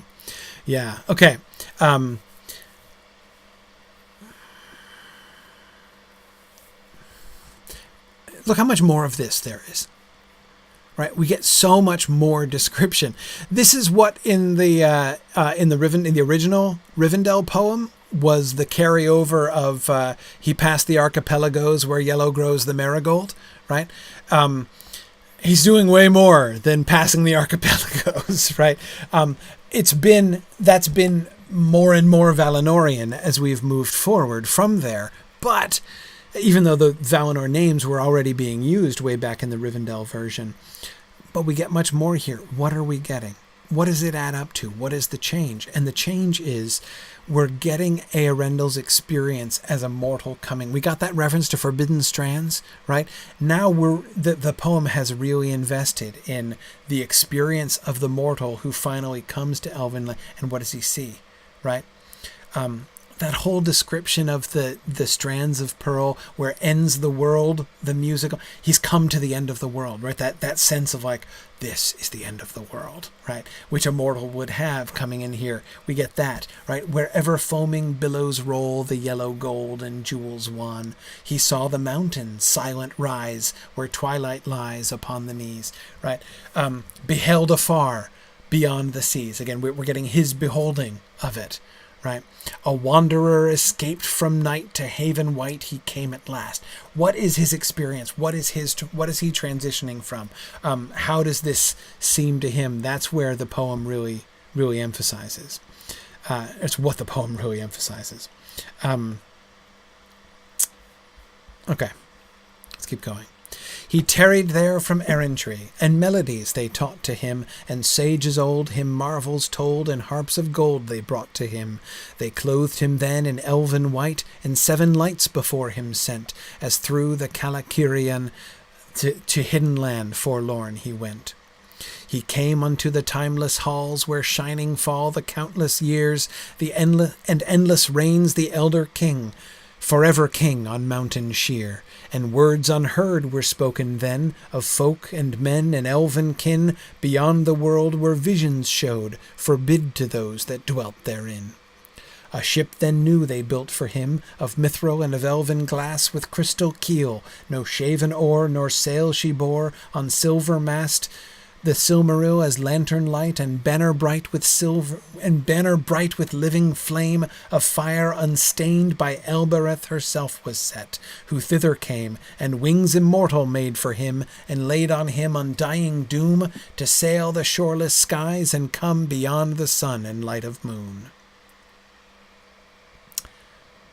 What do you notice here? Notice, Jennifer, just again thinking about the observation you made before, now they take his armor away. Right? He removes his armor and he's clothed instead in elven white. Right? Eärendil is now explicitly going into military retirement. Right? He's not. He's done. He's done with the fighting, and we get him delivering his errand. Right? We're not told what it is exactly, or what's said. In fact, we're told that we're not going to be told, right? Words unheard were spoken then of folk and men and elven kin beyond the world where visions showed. And Mary, yeah, it's really the emphasis on the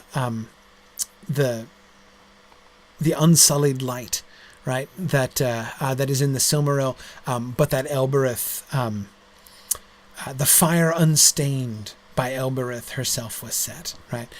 Banner bright with living flame. So she sets the Silmaril upon the mast.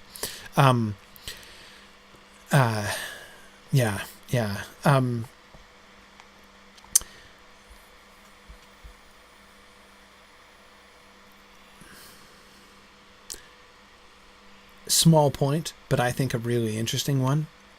The Undying Doom. Notice anything different about the Undying Doom? It was a mighty doom before, and now it's undying. But no. Oh, yes, Lynn. This is the first reference to Elbereth. Yeah, we've not had Elbereth's name appear, but that of course fits with the increased historical connection, right, to the legendarium. Interesting, Josh. Yeah, we see who gives him the doom. Elbereth lays the doom on him herself, which is interesting.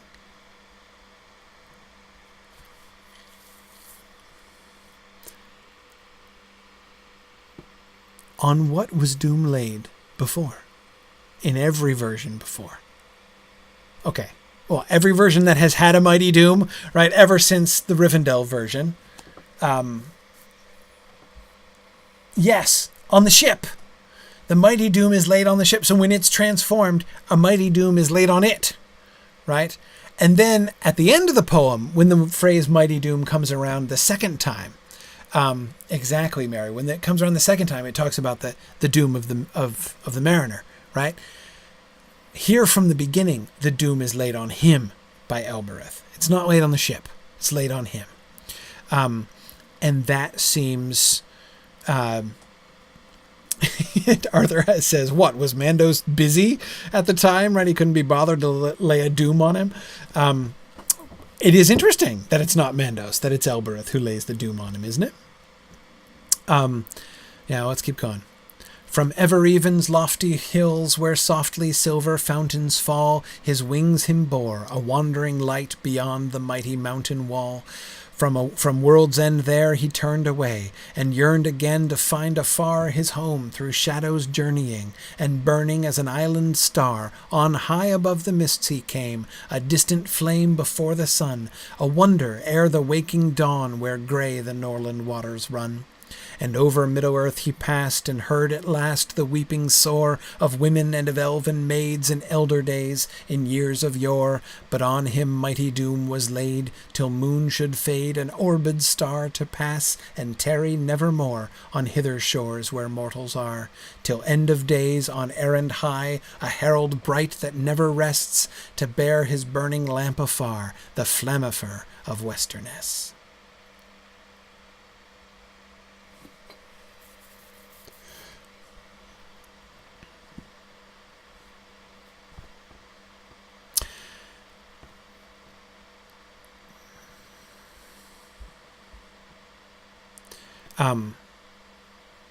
Yeah, he is a herald, right? Yes.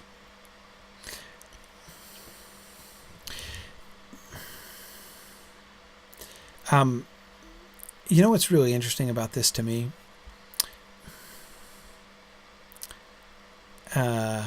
Yearned again to find afar his home. The verb, to find afar his home. To seek afar, right? It was what it was in the previous version. And remember, we were talking at the time that it sounded like he knew. Like he knew he could just fly over and was cool with that. But he wanted to do that, right? But to find afar his home through shadows journeying seems to go back to the earlier, more tragic version of the poem, where he wants to go home. He wants to journey home. He wants to find his home and can't. Which is a pretty cheeky way to tell the story of Eärendil in the House of Elrond, I can certainly agree. I still think that the message of hope is implicit. That's what he's a herald of. He is a herald of the hope that is being brought by the Valar. He is his presence announces it, right? Both initially to the people of his generation at the end of the First Age, and still in later generations, as we see with Sam and Mordor, right? That he is still bearing, that he is still a herald of the same message.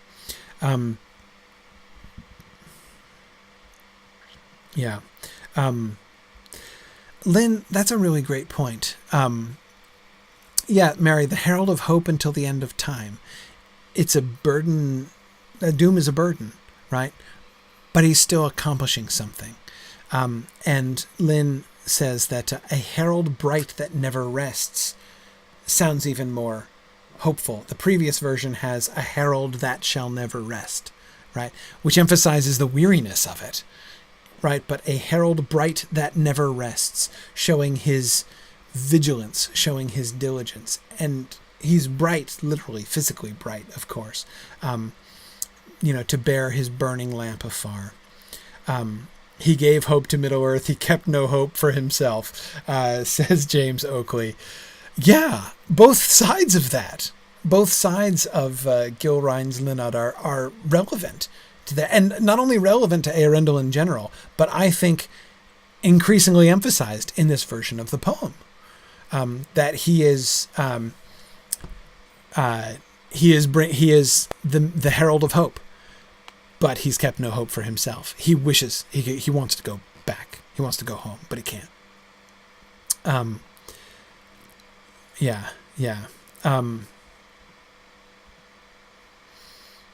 Good. Yana, I agree with you, and I've been thinking about this, but never mentioning it. It is interesting to me, too, that he uses the word flammifer. He's been using it forever, right? It seems in versions of this poem. The flammifer of Westerness has been the last line of this poem for a long time now. And flammifer is as Yana says, with Tolkien generally, trying to stick to the Germanic English roots and not liking Latinate stuff. Flammifer is very Latinate.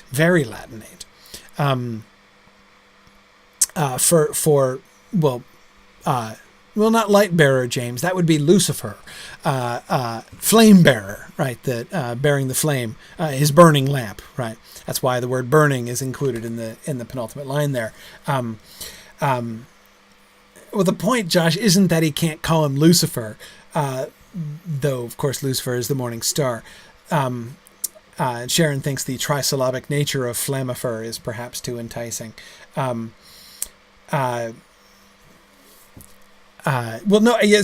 James, it's not just a mistake, right? Lucifer is the morning star, right? Which is Eärendil. So it is Lucifer, actually, technically. But yeah, I mean, you can see why you would want to avoid that. But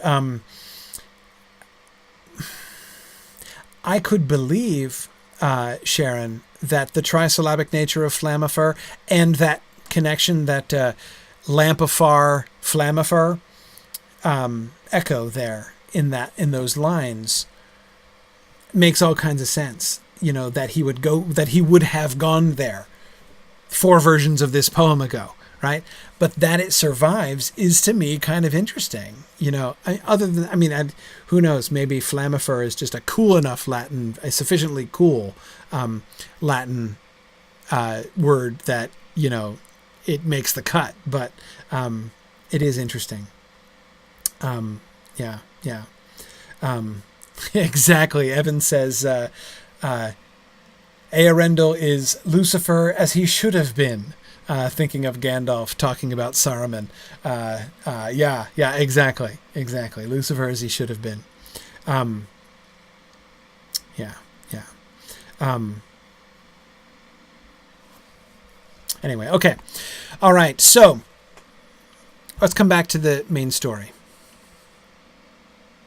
This is the early version of Bilbo talking with his elvish critics, right? Bilbo has just said that, that hobbits and men are as different as peas and apples, right? No, little peas and large peas, said some. Their languages all taste much the same to us anyway, said others. And I love that image of the taste of language. How Tolkienian is that, right? But anyway, I won't argue with you, said Bilbo. I am sleepy after so much music and singing. I'll leave you to guess if you want to. Well, we guessed that you thought of the first 2 lines, and Tarkil did all the rest for you, they cried. Now remember, what were the first 2 lines? Let's just flipping back for a second. Back to the,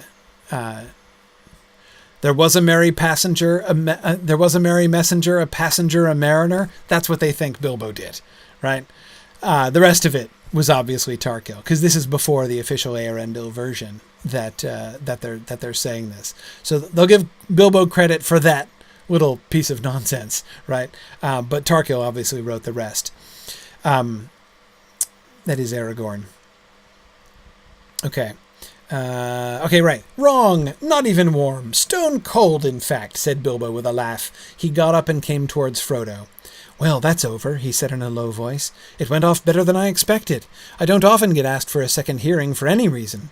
As a matter of fact, quite a lot of it was Tarkil's. I'm not going to try and guess, said Frodo, smiling. I was half asleep when you began. It seemed to follow on from something I was dreaming about, and I didn't realize it was really you who were speaking until near the end. Now,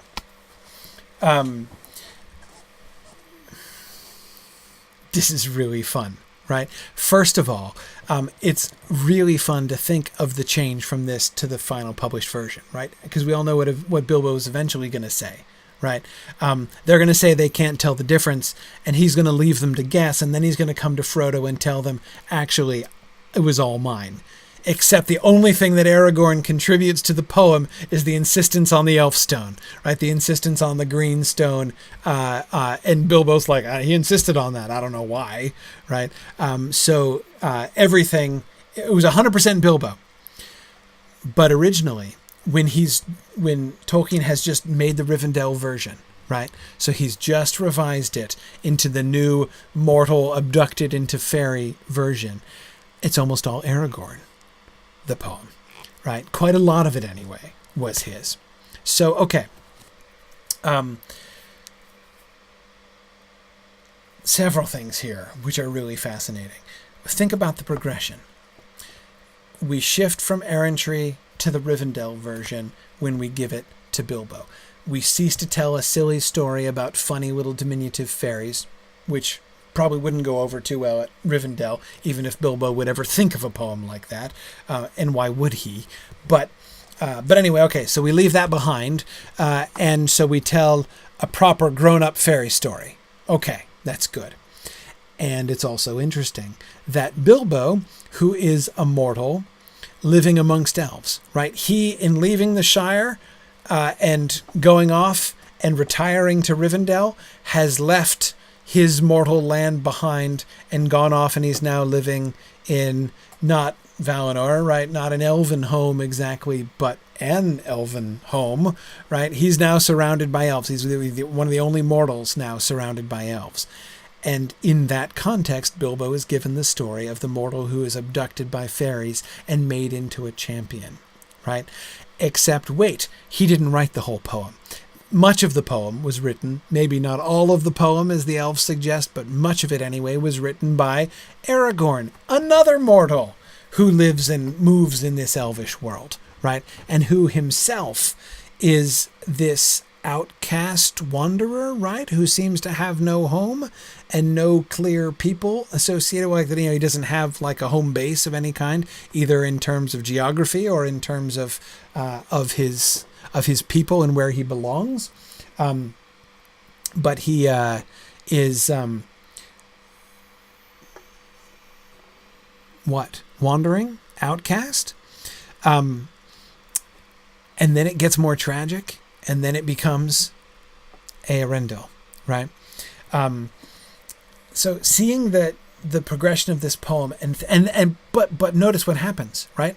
As the story becomes more about Eärendil, becomes more and more, ceases to be just a mortal lost in fairy with either heroic or tragical, and either heroism and tragedy, or just tragedy, right? As those first two versions, as it shifts to being, this is definitely Eärendil, and this is a historical saga of Eärendil, it becomes more and more Bilbo's, right? As it becomes historical, as it becomes a song of lore, essentially, it becomes Bilbo.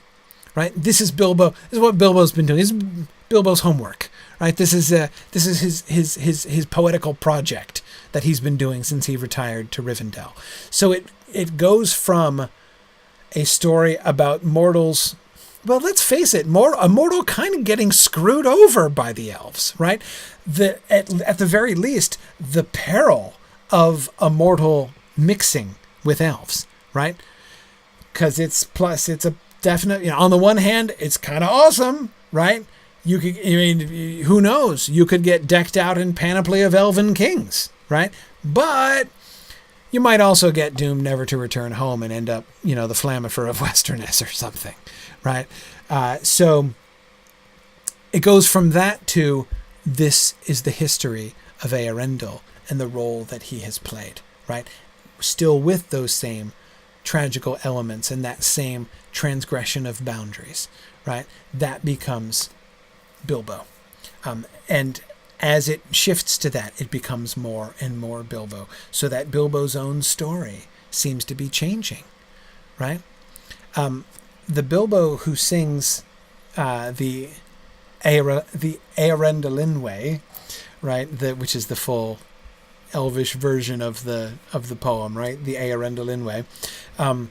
The Bilbo who sings the Eärendilin is a very different hobbit, or at least has a very different relationship with the elves than the Bilbo who would write the Rivendell song, right? The Rivendell version, the abduction version.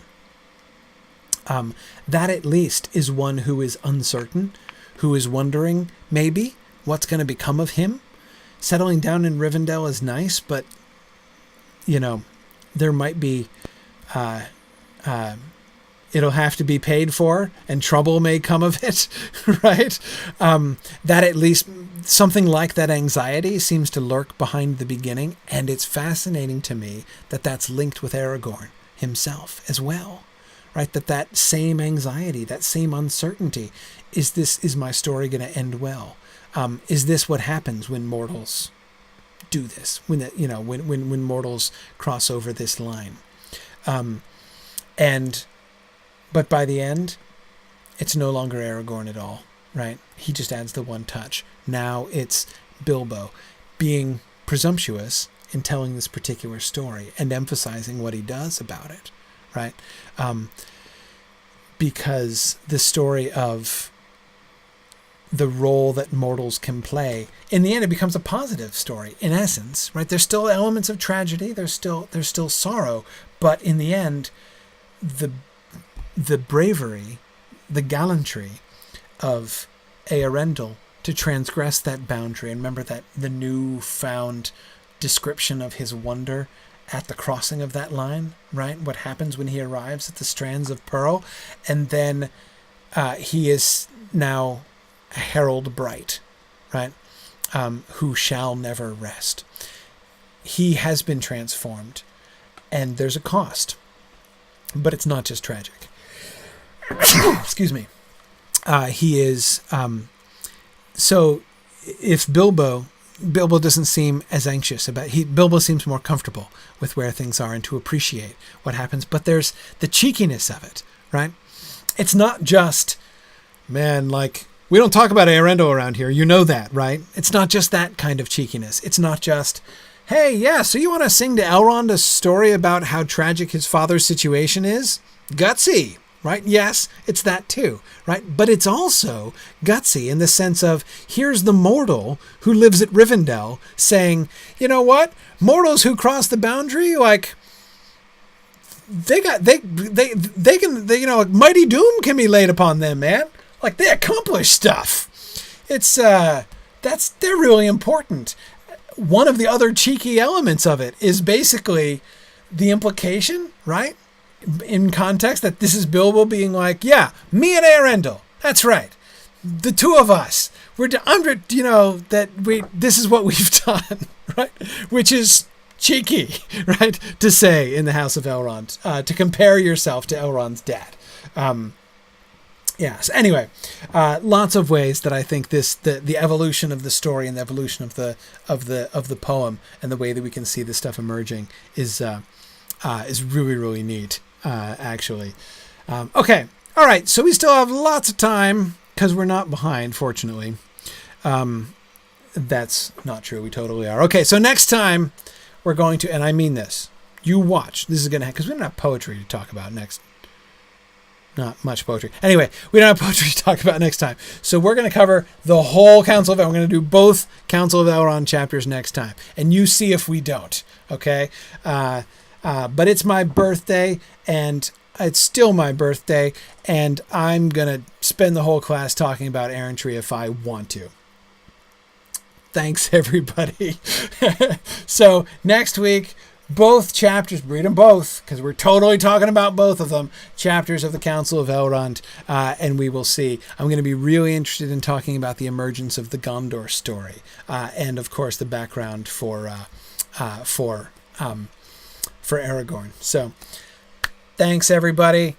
Had a really great time. Thanks for spending my birthday evening with me, and I will see you guys next week as we rip through the Council of Elrond. Thanks everybody. Good night.